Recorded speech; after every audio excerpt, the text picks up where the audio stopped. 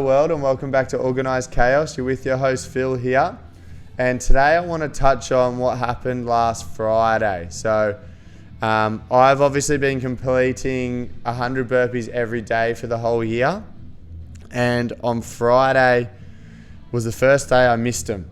I completely forgot all about them. So I had done 34 in the morning, and my plan was just to do another 2 sets of 33, and for one reason or another the day got away from me.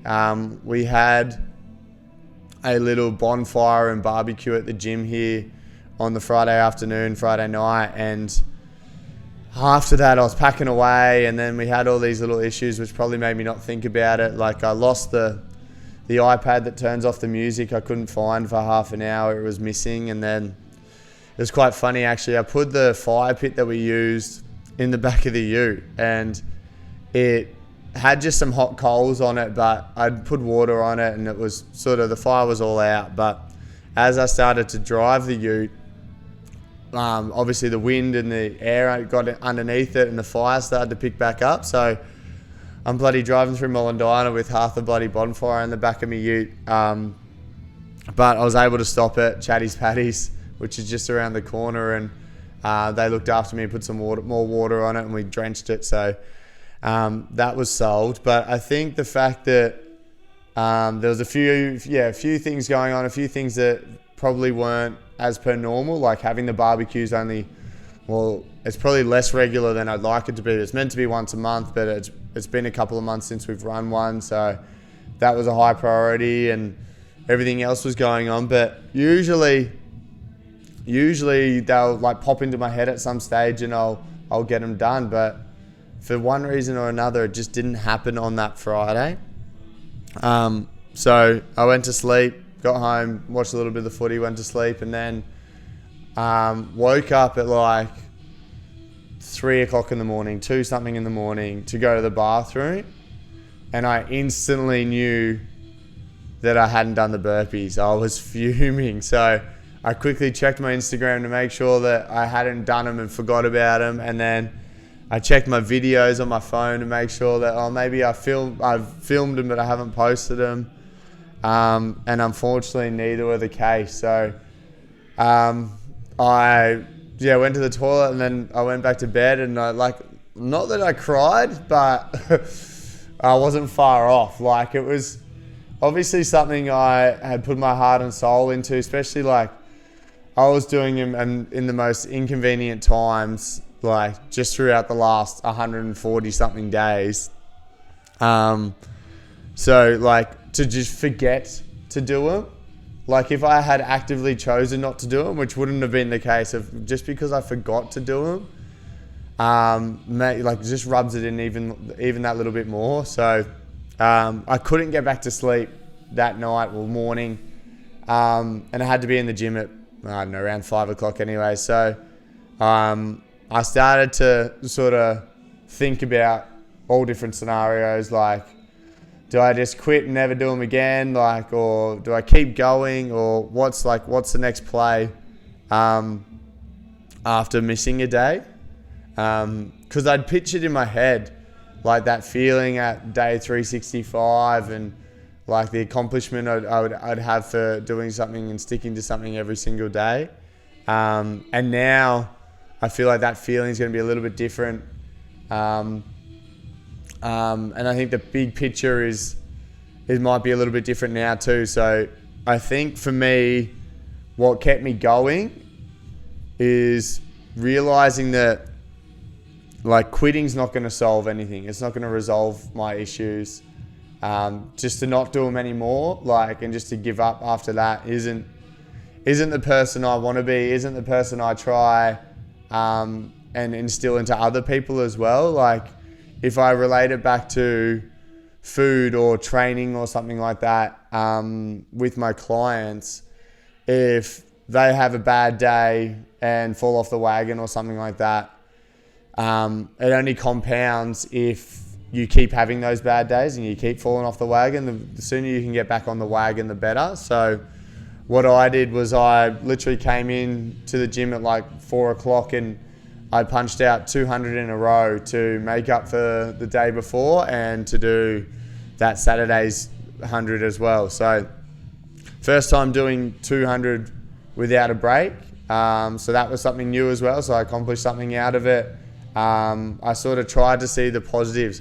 When I was doing that 200, it was a mental battle. Like, it wasn't even really a physical battle. I was just literally running through my head all different scenarios of like why I forgot, and I don't know, I was beating myself up a little bit about it. But I then started to think about the bigger picture and the fact that it's now not just about the 100 burpees. There's a lot more to it. I'm fundraising for the Haemophilia Foundation. It's a talking point. People are bringing it up quite regularly with me. Like whenever I go to any sort of event or catch up with mates or something, they're always asking about the burpees. So people are engaging in it, which is cool to see. And then I started to go down the route of like how privileged, I guess the word is, I am to be able to complete burpees. Like if you start to zoom out a little bit and think that people would kill just to be able to, like there's people in positions where they can't physically walk or they can't physically do something, and I'm blowing up about missing one day of 100 burpees. Like there's bigger fish to fry out there. And I started to have a bit of a reality check on where my life's at and what's going on and how good I have got it and how fortunate enough I am to be in the position I am in. So to have that sort of logical thinking is something that I've started to build. I don't think I've like a 20-year-old Phil wouldn't have been that way. I feel like he would have thrown in the towel and had a little tantrum and rolled on. But now that I'm 30 and about to be a dad, I've sort of got to start thinking a little bit more logically. So my thought process behind the whole missing a day has definitely changed.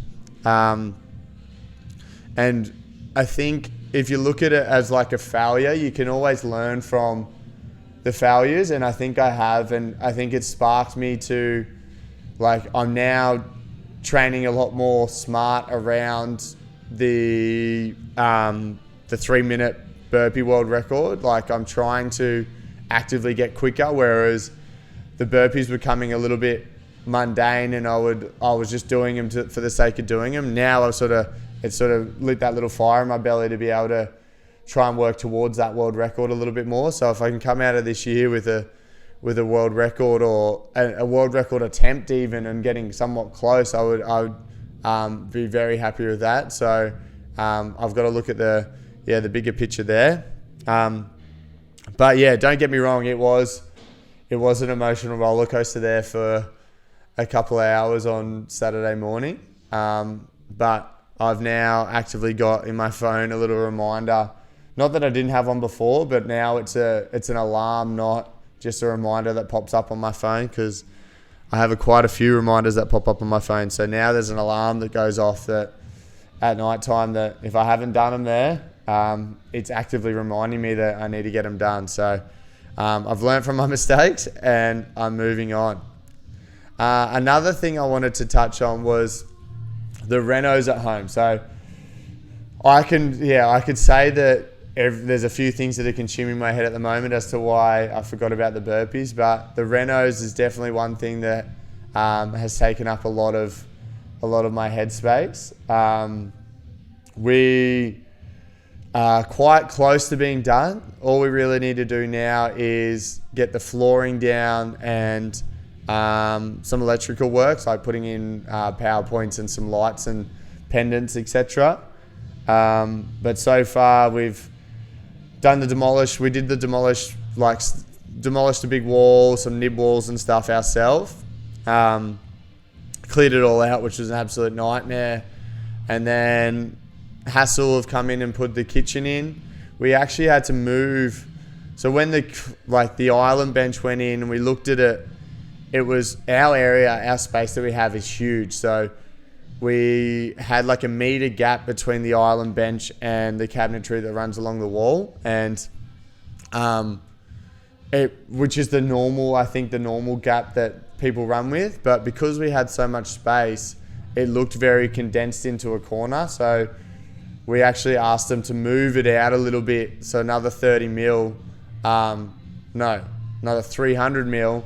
So it was, a little bit further out, and it spaced it out a lot more. And I'm glad we did that, because now it just looks a lot more spaced out. It doesn't feel so cramped in between. Like if we pulled a cupboard out or a drawer out, two people, like if I was standing at that drawer, someone couldn't walk behind me. That was how much space we had. Whereas now you feel like that can happen, and there can be a space to move there. So that was a good decision on the fly. There's been plenty of decisions that have gone on the fly. I think because we've got different people doing different things, I've then got to, or myself and Becca then got to make decisions like, okay, well, where do we want this, or what do we want to do with that? And like, those are probably things that happen prior when you get the one company doing everything. So for us, we're now, we came home, when was it? Maybe 2 weeks ago or a week ago, and there was holes in the roof for where the lights were going down.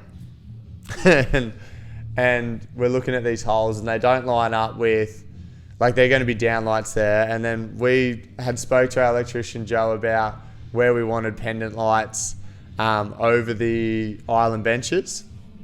Anyways, there wasn't any holes over the island benches. So we're assuming that, oh no, they've stuffed up here, they've put in the wrong holes in the wrong spot, so it's not over the island bench. And then I woke up one random morning, I don't know when it was, and Beck was already awake, because I wake up pretty early, and Beck was already awake, and she was looking on Pinterest or something at pendant lights over island benches and seeing where they're placed. And then we're out in the kitchen at 2 something in the morning trying to see like why it doesn't line up, and then she's stressing, I'm stressing, and it's all going on. And then I go have a shower, still quite early in the morning, and I go back out, and we bought a new microwave, and she's opening up the microwave box to make sure the microwave fits in its little slot. And it was a stressful 3 a.m. whatever morning that was. But I got onto Joe quite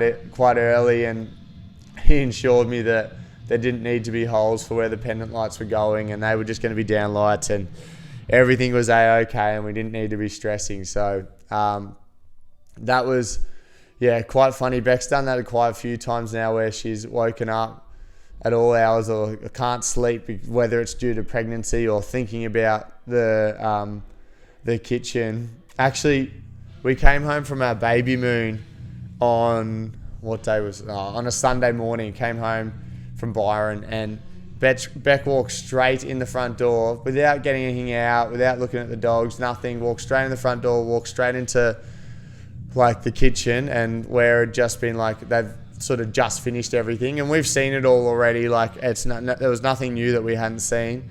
And she walks into the walk-in pantry, and there's no PowerPoints where originally were going to be PowerPoints. So, and then they've tiled this splashback, and they put in this cabinetry and stuff, and there's no PowerPoints there. And she's cracked it out of nowhere. I'm like, how long have you been thinking about these PowerPoints, or like not seeing them and not thinking about them, and then getting home and going, crap, where are these PowerPoints? And then she's run inside, and there weren't any PowerPoints. And then that was World War III again. So that's now sorted. PowerPoints are sorted. Everything's sort of sorted. We're on the home straight now. We got skirting boards put in yesterday. The flooring goes in Monday. The painters have been in. Everything's painted.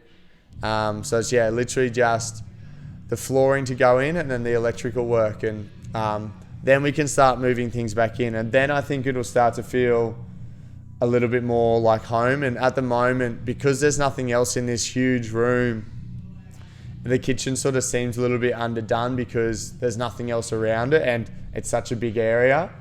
And I think the flooring will just tie all that in, as well as putting all the furniture back in the house. And Beck wants to buy new everything, so it will be a process of upgrading everything we've got as well. But because we did all the demo work and we probably did it in a fashion that probably wasn't too mainstream, and there was bloody dust and shit everywhere.